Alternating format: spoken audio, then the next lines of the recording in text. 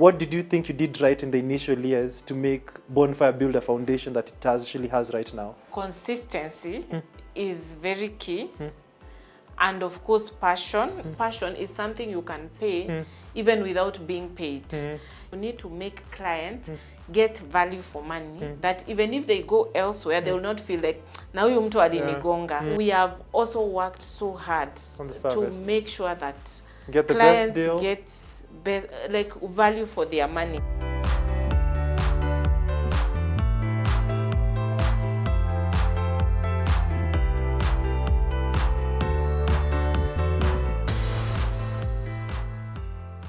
Good evening and welcome to the Late Night Business. My name is Ian Dennis, and tonight we have a very interesting show lined up because the guest I have lined up for this particular episode, I've actually featured her and the husband on my book called The Business Conquest, and primarily they feature on a chapter called How the Power of Leverage, which is such an important tool, and we're going to be discussing that on this particular episode. But before I get to introduce my guest, I'd like to remind you that you're here at the Capital Club, the place that you need to be, because as an entrepreneur, your network is your net worth, and being part of the Capital Club, you're able to build on your network. You're able to meet with the who's who in this particular country and also just across the world. And also just another mention, I have two books. One is called The Business Conquest, that's actually out on the Textbook Center, that shares stories of Kenyan entrepreneurs who have actually done it, and my lessons out of this particular perspective as a business coach.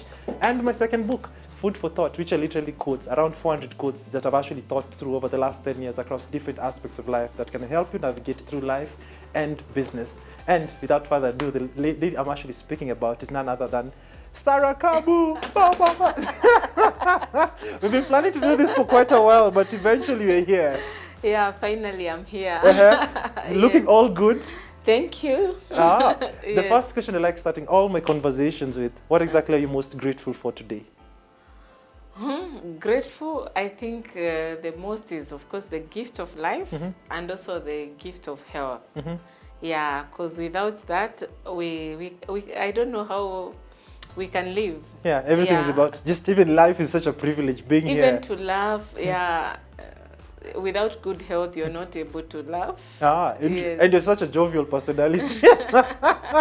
But you're going to try to be serious and just try to combine everything together. Yes. First of all, I think the first time I personally came across you, I think was the time your husband Simon gifted you your Range Rover, and you guys just it became all over. Yes. But I just want to take us through your journey. Yes. As to how, first of all, Bonfire came to be. I was listening to a podcast, I think you're just discussing about this before we started filming it. Robert Alai was the one who linked of all people. By the way, of all people, I also sometimes look back and life and be like, wow, God chose Robert Alai to be my destiny connector. Because he's the one who made us known. Yeah. Just how did it? Okay, just take me to the nemesis. How exactly was it called? Bonfire came to be. Okay. So it was in 2007, and we were in a certain blog for young professionals.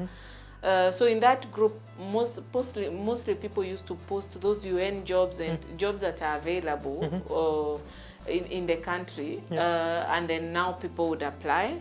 So the initial goal was to share job opportunities with young professionals. It was a Google group. Then with time, politics heated up, and it was a good discussion. So people started discussing. So I was in the group for a whole year, and people really used to we had all sorts of people there. It's like today in Facebook groups, the way, or Twitter. Yes. The way you find, you already now know some personalities in Twitter and how they contribute. So some kazi yao ni kutukana watu, others is to just post positive vibes. So with time, people go falling into different likings of different people based on what they are posting. So at the end of the year, they wanted someone to organize the trip. Yeah, and the person who could be entrusted to collect money for other people was myself. So first I felt honored because we hadn't met, no one had seen me, but based on my contributions, I was not popular like I am even right now. So I don't know what reason they had to trust me that hawatanitumia pesa. What was your nitoroke. profession? I was just working as an administrator in an architectural firm somewhere on Gong Road. Ah, interesting. Yes. So they trusted the architect admin. Yes, based on my contributions, because watu wakipigana huko, I was the one. Unaisha watu. Yes, yes. Yeah, so anyway, we organized the trip. Yeah. It was very successful. We went to Lukenya Getaway. Of course, I also chose other people to assist me. Among them was my husband, Simon, and 2 other people. So we coordinated everything, and the trip was very successful. So Simon was involved from the first trip that I ever organized. And you guys had not met, you're not met with Simon then before I then? met him on the day of the trip. So everything was organized online. Ah. Yeah, so people really had fun. And so I thought, and I was left with a little pocket change, like 5K. To me, it was good money because where I was working, I was earning like 50K. So just getting 5K like that after organizing a trip, I was like, wow, I should 10%. You're tight. I should encourage more of this. So we organized the next trip. It was to Naivasha. But this time I told them it's a lot of work. It's affecting my work. I'm working late hours. So I need to add something small. So I added 1,000. And we had like 120 people. So that's So at the end of the 120,000. trip, I was left with 120K, just like that. Yeah. I was so excited. And then that's when now I saw a business opportunity. And from there, we started organizing more and more. And then these young professionals were working in the corporates. So the corporates they are working for, they want to do team buildings and so on. We are not even registered a company name. So we were called by one bank to organize the team building. So we thought they will just come and give us money to, because I think it was a day trip to Naivasha, and I think we had charged like 3,050 people. So that's like 150K. We thought watakuja watu watupay. So wakatuuliza sasa check mtaandika na jina gani. I think I was submissive from the word go, nikaambia Simon siwaambie tu tuandike jina yako. So they said they cannot write a check under a personal name. They need our pins. Do what? We didn't have all these things. So we just called someone at Sharia House. They searched. We saw the name Bonfire Adventures is available. Then they wrote the check. So the registration process, opening bank accounts, having a pin, it took like 3 months. So they were calling us like every week. You guys, your check has not cleared. Have you not banked the check? Do we void it? So we didn't even know what to tell them that this company it's still a process. It's not registered. It's a process. That's the time ulikuwa unaenda Times Towers to open a team, and you would find a big crowd, and there were brokers. Everybody wants to put like telling you I can forward for you so that we register.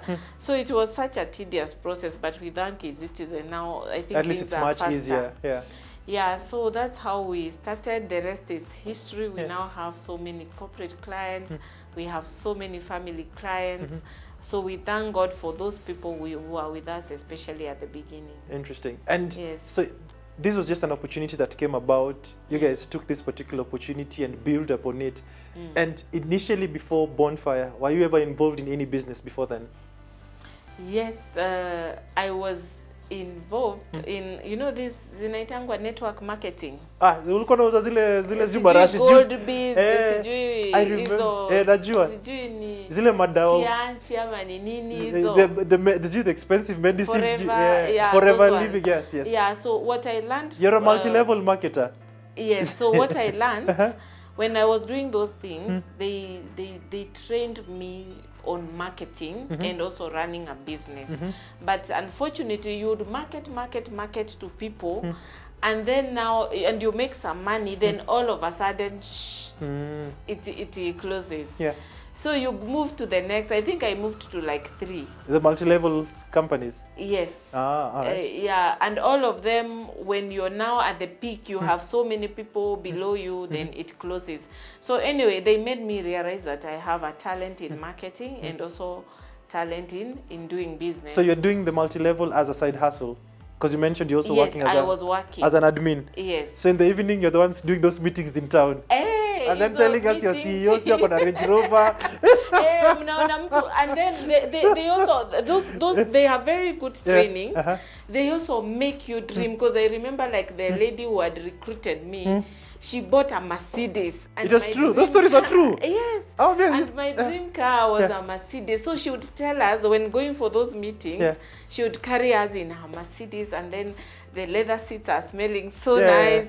So I was like, even me, I have to work hard until you get your Mercedes. I get a Mercedes. So unfortunately, by the time unafika peak, then the business closes. Oh. So for me, I tell people, if you are joining those things, just join to learn the ropes of business. Not to become a millionaire. But now, imagine all that network I had gotten, those would have been my clientele. So anyway, I learned lessons from it. And that's why now when I did a business that you can see, this one is not closing down soon. You just need to keep growing it. You see now how the network has grown. Not just locally, but also internationally. With so multi-level ilikuwa foundation. Ilikuwa foundation. But I'm not telling people to go join those things. Because the minute you go up and you recruit so many people, it closes down. You are left with very many frustrated people. So if I was asked, look for other ways to make your money. To make your money. Because they all close at the end of the day. So it seems you really had this particular hustle spirit. So during the day, you used to be an admin. In the evening, you used to do multi-level. That's what you used to combine. And then in all this, what were the aspirations that you held within? What did you want to be apart from the Benz? Oh yes. So one thing I knew is that eventually I want to run my own business. From like the age of 25, I was so ready. So as I was an admin, I was meeting different business people. So as I meet them, I really used to admire them, and I used to make them my friends, because I want to learn from them. Apart from that, since I was in that age of 25 to 30, I got married at 30. So between 25 to 30, I really wanted to settle down. So I was looking for a young man like Wewe to settle down. I believe you're in I'm that 31, age. Yes, I'm in the right age. Sasa me being 25, I was really hunting. So I was very much... so you're very... Like, this is what you wanted? Like, I wanted to settle down. Why? I knew I'm 25 and I need to settle down. So, and there was no serious person. I'm just broken with my college boyfriend. So I started, the advices I would get from my aunties and friends was that you need to network, you need to be everywhere, weddings, trainings, multi-level marketing. So even multi-level marketing I was enjoying, because it was a way of networking. But I got to join like one group called Top Flight Young Professionals, which were doing trainings on leadership. So I remember the first meeting we went, it was Easter, and when we went for that training, everyone was it was like a Africa conference. They were not charging, but you had to go to Mombasa where the training was. So people were engineers, doctors, because they were preparing future leaders for Africa. So when I joined that, I really learned. Maybe my intention might have been to network, but when I went there, I was trained with a lot of skills on leadership and business management, and how to be a leader with impact. So they were saying from success to significance. So apart from that, I did so many other trainings. So I would say in my year 25 to 30, I attended so many trainings that really equipped me to be able to run a business that will have impact maybe in Africa. So it's not a wonder even when we receive like awards like the best travel agency in Africa. So for young people, I see a lot of trainings happening. I would really encourage them. The peak performance, those are the ones I used to attend that time. So I really did a lot of training. Some you would just need to pay a small fee, 2,000, 5,000. I attended a lot, and they really equipped me to what I am today. Interesting. So literally, you were very, very intent in terms of building yourself during that particular period of time. Yes. So here you are, what's it called? You've tried this as a business, you've registered it, you've already started getting your clients. Take me through the initial years of Bonfire. Because I know, what's it called, as part of the story, I know you guys got a small office. How was the initial years? How did you go about it? Yeah, so I would Who resigned like first, by the way, between you and Simon? Who resigned first? It's me. Like, for me, the fire to start was so burning. And then when I would say somehow God led me to this. I had not imagined this is what I want to do, but I was already doing a degree on international business, and the project, as I was choosing the project, like the coincidence of being chosen in that young professional group to plan the trip, and at the same time, the project I was doing for my international business was taking small businesses, small hotels online. By that time, only the chain hotels were online. So you would not go and find like maybe a hotel next door. I know we are in Upper Hill, but I'm just saying like a hotel in Kiambu, a hotel in Muranga, you would not find it online. So my project was, how do we take them online? Because by that time, even owning a website, I think was very expensive. And even people to do it even were not there. So that's the project I did. So now, as we were running the business, as we were starting the business, as much as we were not trained in tours and travel, the passion was so much there. And then at the same time, you see, we met in the first trip. Then he felt, of course, I am the best person to do life with, because of this business and passion and so many the fire other things from the bonfire. So when we started, so as we started, we were also planning our wedding. I got engaged the same time. It was a lot was happening. There's a lot was happening, and sometimes that's what I tell people. Sometimes someone will see what you're doing. You've written a book or you're doing an interview, and they now want to copy paste because maybe they have had a lot of money.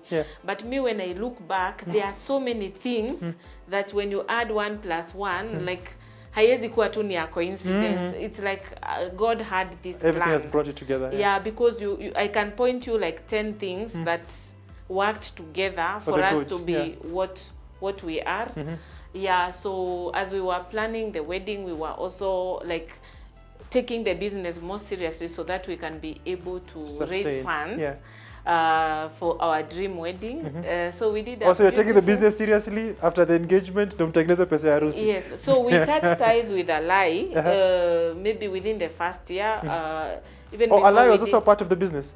No, as in he used to market for us in the forum where we started the first trip. But then we had disagreements, so he stopped marketing the first year. So in the second year, after we did the wedding, we were just now doing our own things with our little small network. He had a big network. But it was still growing, and we were getting a lot of referrals. So when we finally did the wedding, and it was put on Wedding Show, that's when like everyone in Kenya got to know about us, because that time that show was being big. Watched by everyone. And then our wedding was so unique. I think it was repeated like 10 times. So everywhere would go, hawa ni wale watu walifanya wedding in horses. So we became very popular, and people would look for us online. So it really grew us, and now we had a big network that we would count on to be able to, like, we didn't now need other people. So the wedding seemed, in retrospect, like it was a business plan. Now that's another thing that you see among the things that are adding together for what we were. But as we didn't know what we were doing, we were just flowing with the river. So sometimes hata nikiona watu wakini attack online, sometimes I even question me, why did God put me here? But even kitambo, other people feel I should not be here, because sometimes unakuta ati it's me who is waking up to have my breakfast in Maldives in a water villa. Sometimes you are like, it doesn't seem real.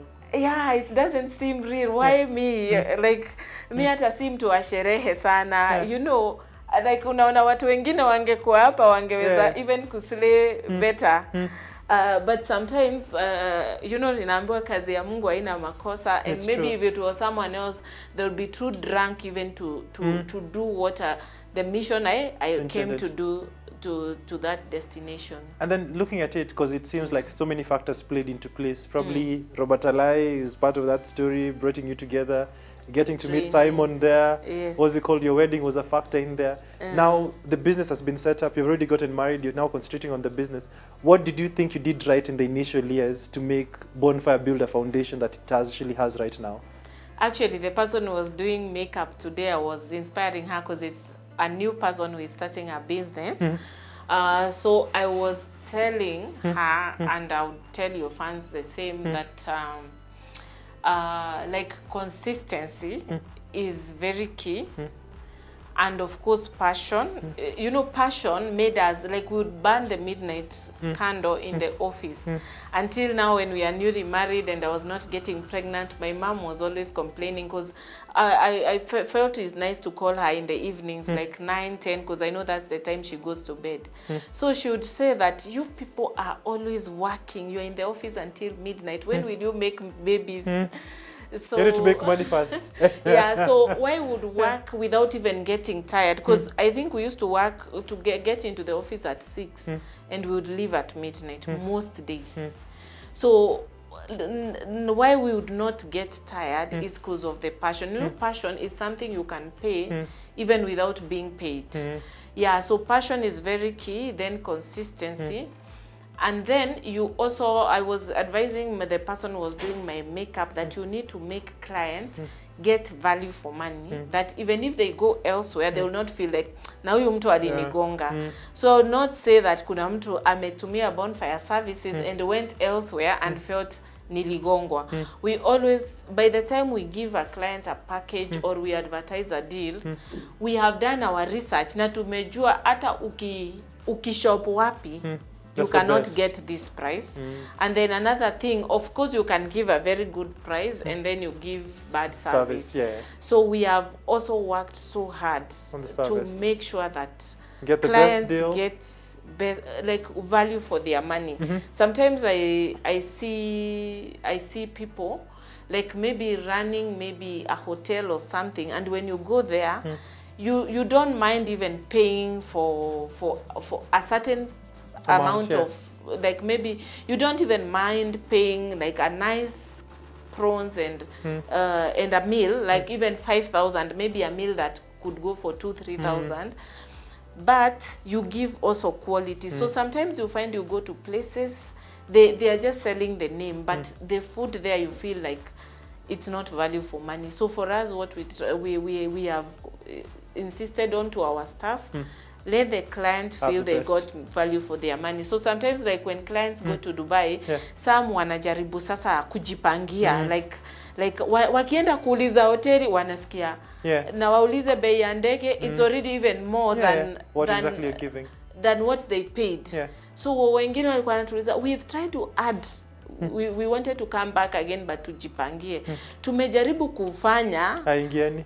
Hata with hotel and flights without tours, it's already more than what we paid you guys. Wow. Interesting. So so you see now that client feels they got value for money. Even if they want to go to New York or they want to go to Cape Town, they'll still feel that value for money. Yes, so that is a very key thing that many businesses fail.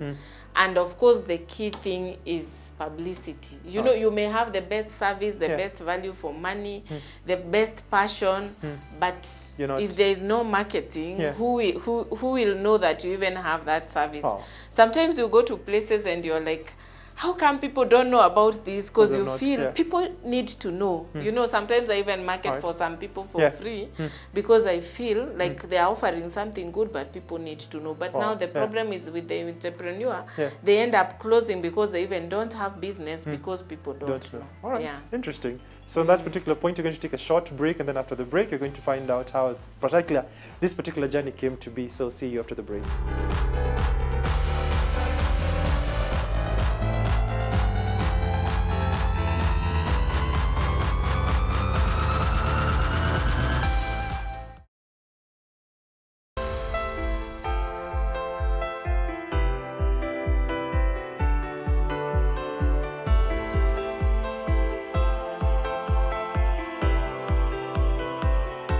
Welcome back to the show. Before we went on a break, Sarah was just taking us through this particular interesting journey as to how Bonfire Adventures came to be, the initial years, what they did right.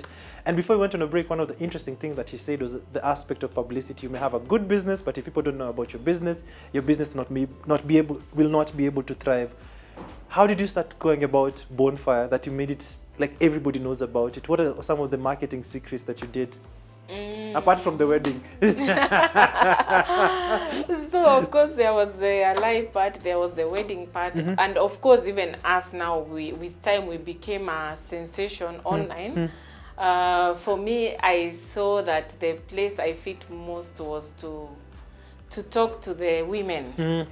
So I developed a very big network of women, especially married women, because I realized many of them were looking up to me. So I became the president of Goat Wives. So that is President family. of Goat Wives. Yes. So, but until last year. So,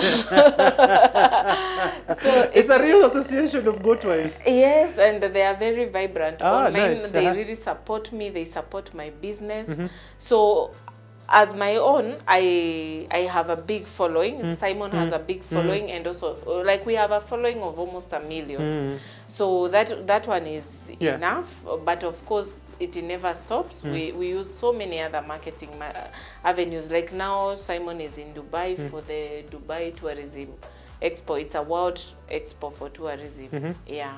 Interesting. And then so marketing was an aspect to put into place. Another thing you mentioned about was the aspect of selling it, getting the best value for client. What other aspect maybe in the initial years that you think you made it right, that for any person who's watching it and looking forward to set up their business, that they need to do?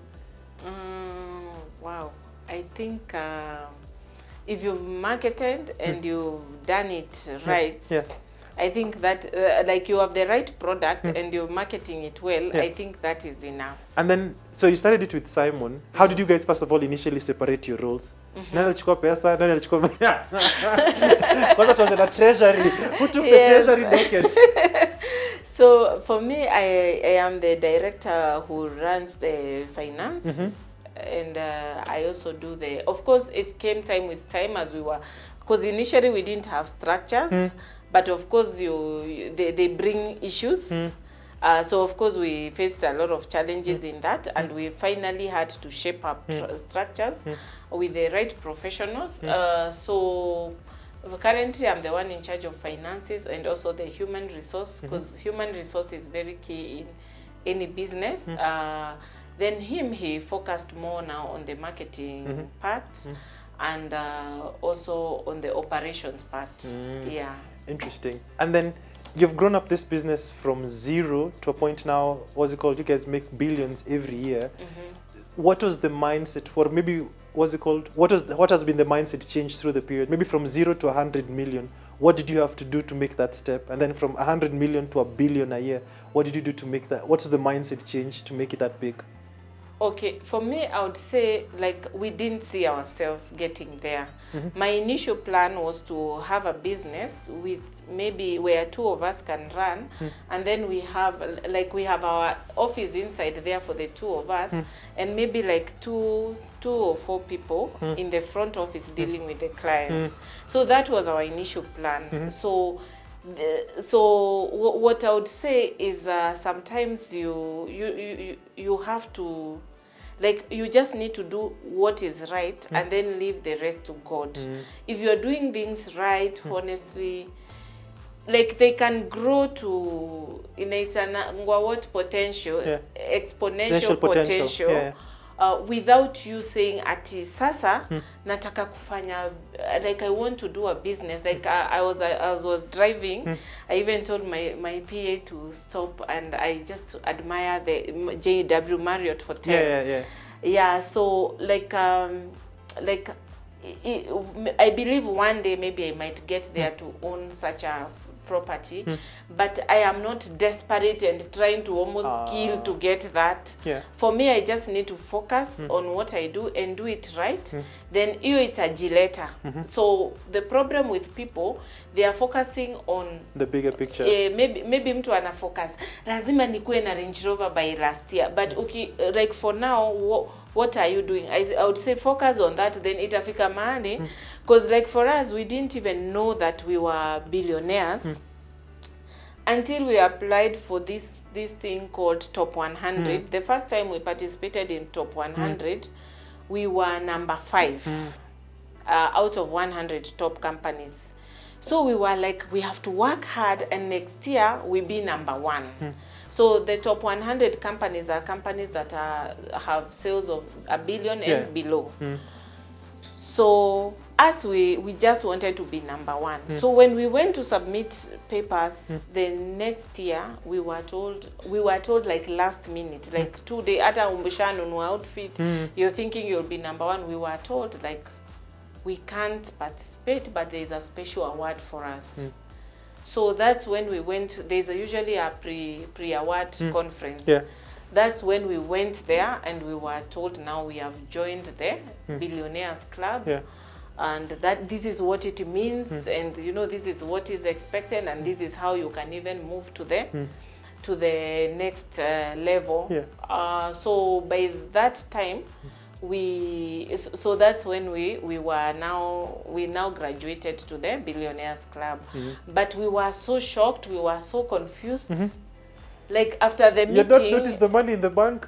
As we were so busy, we were so busy. Hata hizo mahesabu sijui ama nilikuwa nimeziangalia vizuri. So we were so shocked. Like we were speechless. So that's why I tell people, just focus.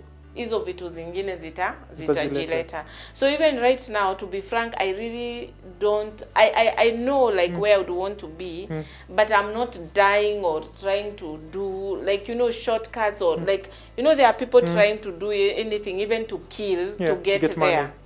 Yeah, so for us, we are just doing ikifika ikuje, isipokuja ni sawa. What has changed for someone used to earn at a point 50,000 to someone who runs a company that's worth billions?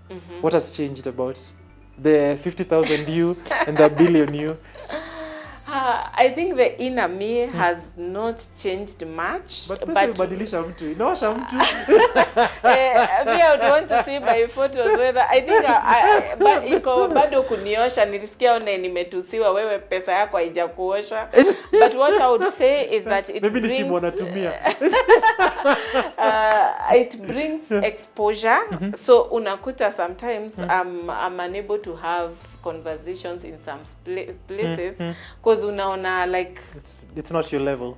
Like to be frank, like I am a humble person. I want to be humble, but unakuta like the only thing unajua, like sometimes unakuta the only thing mnaweza discuss ni watu like the people in their level, they can ulisikia nani ule tulikuwa na yeye high school sijui nini sijui nani, like you know, such conversations. Maybe you've met with one friend in the Mideast who maybe you schooled with, but the only thing we can start talking is about now the people we schooled with. Unakuta tu I can't you know, I wish we would be talking of Marriott's bigger things. So exposure, I would say maybe bado haijaniosha, but I think kwa akili it has really exposed me. And because money is such an important instrument, everybody is moving around because money, our decisions are based on money. What are some of the lessons that money, or rather you've learned from money?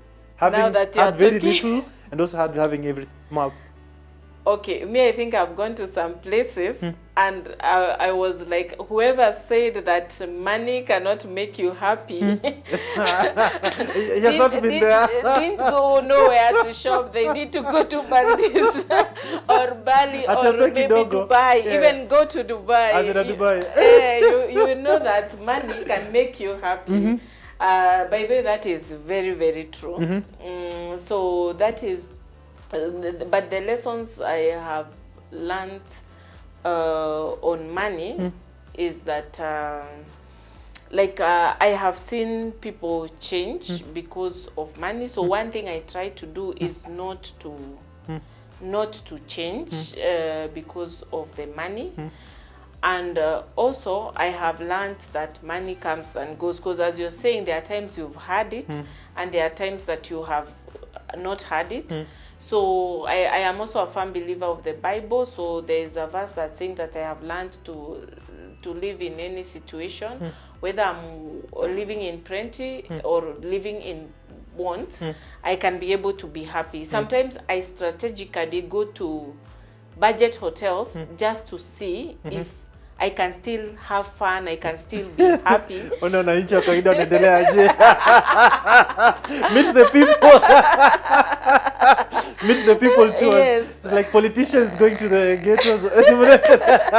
Yeah, and sometimes by the way I go to some places na unakuta watu wanashtuka, sijui nini, wanashindwa is it her or not. Yeah, it's me. So it's like sometimes I find having a lot of fun in those easy places, because sometimes you can be too serious in life, and when you're going to those high places, people are too serious. So unakuta sometimes even with little you can really have a lot of fun, you can have a lot of fulfillment.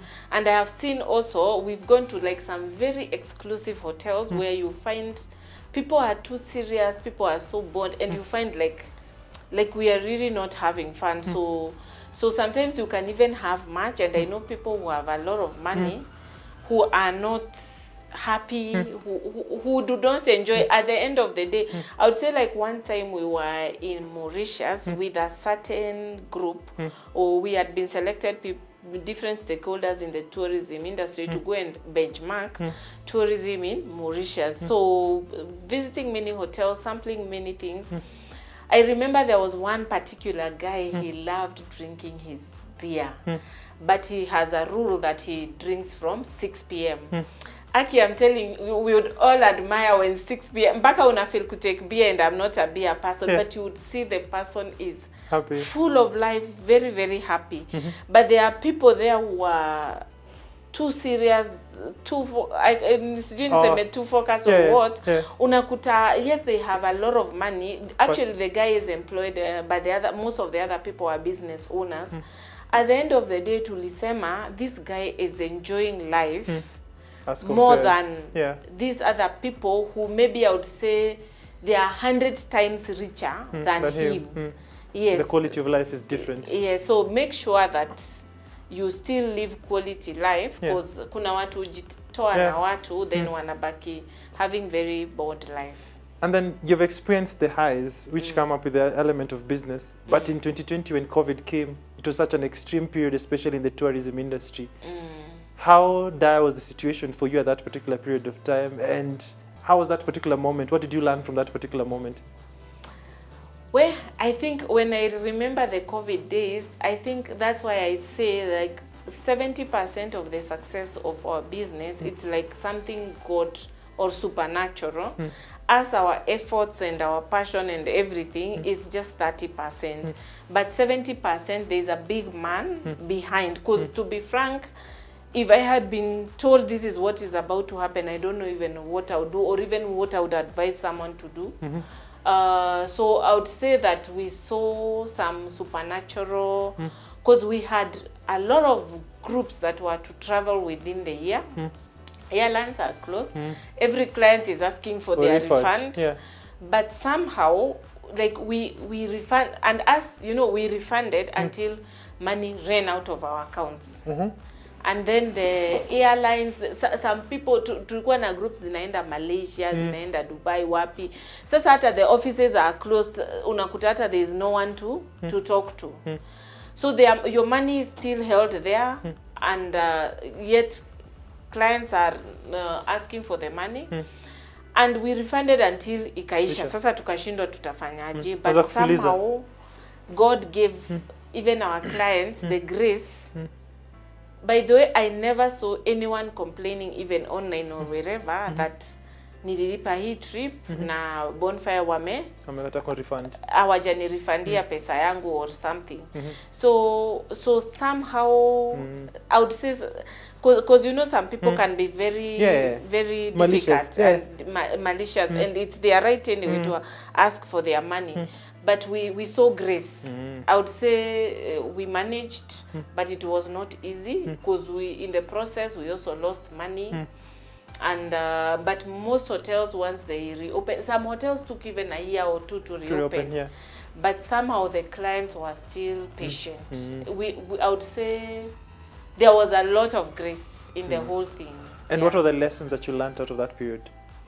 Hey, one thing I learned is that like you cannot be too sure of tomorrow. Anything can happen. So always stay with an open mind. Like today I could be here doing this, but tomorrow even I could not be there. Yeah. You know, just like the guy the CDF who recently passed on said, you know, today I'm here very healthy, tomorrow I could be ashes. So the same way, even as you run business, even as you're successful, today I could be living in the best mansion in Runda, and tomorrow I could be in a bed sitter in Mathare. But so you have to learn to adjust. Usipatwe na culture shock, you die of depression. Even the people living in that bed sitter in Mathare still laugh every night. Now maybe the person in Runda even is not laughing every night. You know, maybe that's why we find them having too many babies. Yeah, they're releasing stress. After I want to stress, you know, even to do some things, you need your mind to be sober. But sometimes you could be there thinking of billions and millions. Your mind is not able to relax and think of some things. Yeah. So having experienced all the success, having built such a big business. Not yet all. I am 50% of where I want to but be. But it's significantly higher from whatever the normal average. What's the kind of legacy you like to leave behind? So, as I said, I run a ministry like for women. It's called the Virtuous Women Foundation.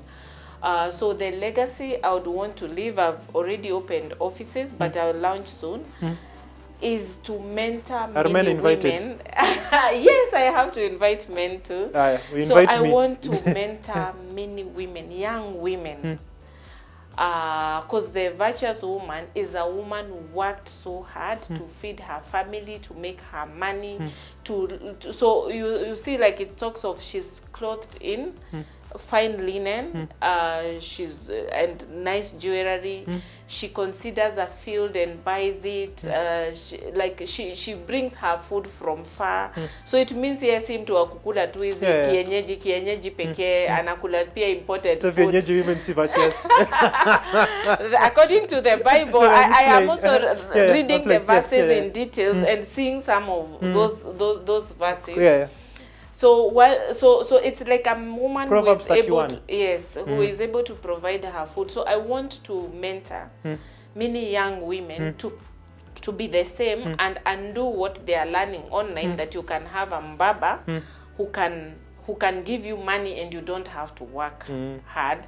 So that is one thing I would feel like if I know that maybe 1,000 or 10,000 women passed through my Virtuous Women program to learn how to be dependent, and maybe through teams of mentors they are able to achieve. I have people who have mentored who even now own hotels, and they tell me this hotel is because of you. Interesting. Yeah, so I want to have many more who I will have mentored. That is one thing. And another thing, having traveled a lot and gotten a lot of exposure, sometimes I go to places and ask, when did these people reach here? And Mombasa, sometimes, like I was recently in Bali. So first, when you look at that country, you find it's like they have nothing compared to Kenya. Yet now it's a world sensation. So you are like, how did they level up? Na Mombasa iko pale ilikuwa 20 years ago. Nothing new, nothing unique. So one of the burdens I feel I need to do is really leave an impact in the tourism industry to now level up where like the products can be now world class standards, where like in Mombasa, like some of the restaurants we were dining in Bali, I don't think there's any restaurant in Mombasa that is even anywhere near to get there, and unakuta tu they are everywhere. You know, if you look at the spas there and the spas we have here, like we are still very far. And I feel that we can be. So I think I want to be involved a lot to maybe raise the Transform. standards Yeah. of the tourism products in Kenya to be like world class class, or sensation. Because I believe, even as I travel to other countries, that I feel, you know, like Dubai is just a desert. Comparing to our Masai Mara, where Yeah. you're in like a small heaven Even Marsabit, paradise. yeah. Yeah, so you feel that we have so much more, but we are doing very little about it. There's something that you've also retaliated here quite a number of times that maybe as we just come to an end, I'd like to just ask you, what level does spirituality play in success? What I would say is that some people don't know, but if I would talk of like where I was from in Bali, like I've never seen such pure hearts. One of the tourist attraction in that country, first there's the food. Apart from the food, there's the people. I think even if you checked my husband's profile, you saw a girl just like kneeling down to tell him sorry because she had done a wrong bill. Everywhere we went, like I was somehow feeling like I'm a gangster because the people are so humble, so pure heart. So we asked one of our guides, why are people so good, so kind, so pure? So they told us that, like, for them, they even don't believe in God and Jesus like us, but they told us they believe in karma. So when you do bad, it comes back to you. When you do good, it comes back to you. So for me, I see some people running business, but they are trying to steal from people. And then even from the job I was in before I started Bonfire, as we were saying, many things added together. I used to do tenders in that job because it was an architectural firm. So I sometimes would work na report kazi 8 in the morning, natoka the next day 8 or 9 a.m. in the morning. Wow, 24 working hours. day and night. Naambiwa you can go and rest. Hakuna overtime? Of course, there was no overtime. What I wanted, the goal was we win the tenders so that the company has many projects. So our salaries are able to be entertained, and because I found a business that was going down. So I really was working for it too. So I really gave myself. So some of those things that you see that maybe you're being rewarded now. So one thing I learned from Bali people is that people sometimes don't know that there's karma. So you may not be a believer of my spirituality, but when you do good, I have seen people really try to destroy me, even in our tourism industry. Yeah, I've seen that. Wewe unasema wacha ikae. Me, I think I have enough, hata naezaenda nilale. But unaona too even more. Unaona sometimes when unaona hata attacks are going on, and unaenda unauliza customer care department, you're still getting inquiries when actually today I've if you look at the reports, they are double. So there's somebody trying to really bring you down, but there's God. But unakuta the sales are even doubling. So unashindwa, what is this? Hata wewe haujielewi. So me, I would say that spirituality, some people may not know, but behind the scenes there are things happening behind the scenes that you cannot know. But the people who run businesses with their efforts, that's the people you see really struggling. Interesting. Me, I would say I have not struggled.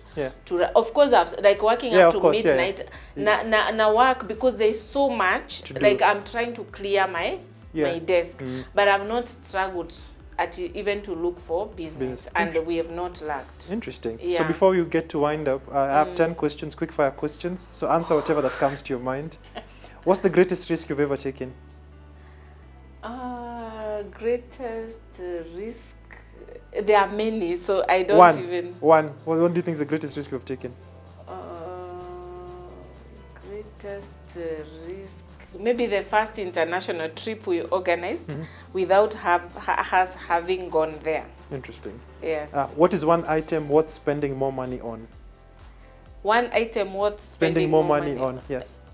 In today's world, it's technology. Yes. Is there one thing that you regret spending money on?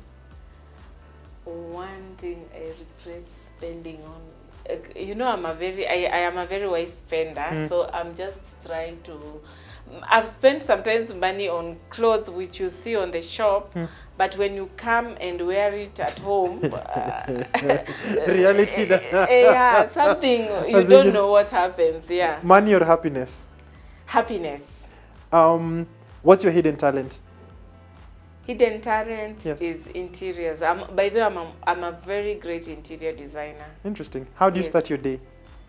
Of course, with prayers, then some little exercise, either in the house, walking in the estate, or in the gym. What scares you? What scares me sometimes is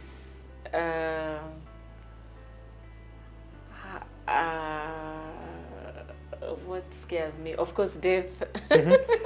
At what age do you want to retire? I would want to retire at 60. But yeah, I would want to retire at 60. But of course, I'll still not retire until maybe my last day in this world. Somehow, as in, I'll have people running. But I you'll may be retire overseeing. not reporting to the office, but I will not retire from traveling and enjoying life. I say I'm a soft life queen. So Who even at 80, I still want to Soft go life. to the beach, wear my beach clothes, Yeah. and enjoy cocktails. Who inspires you? My greatest inspirer is Richard Branson. One time I took time to study his books and what he does, and I realized like somehow I am a smaller version of what he does. The airlines, hotels, travel, and what. And then the final question: would you rather have more money or more time?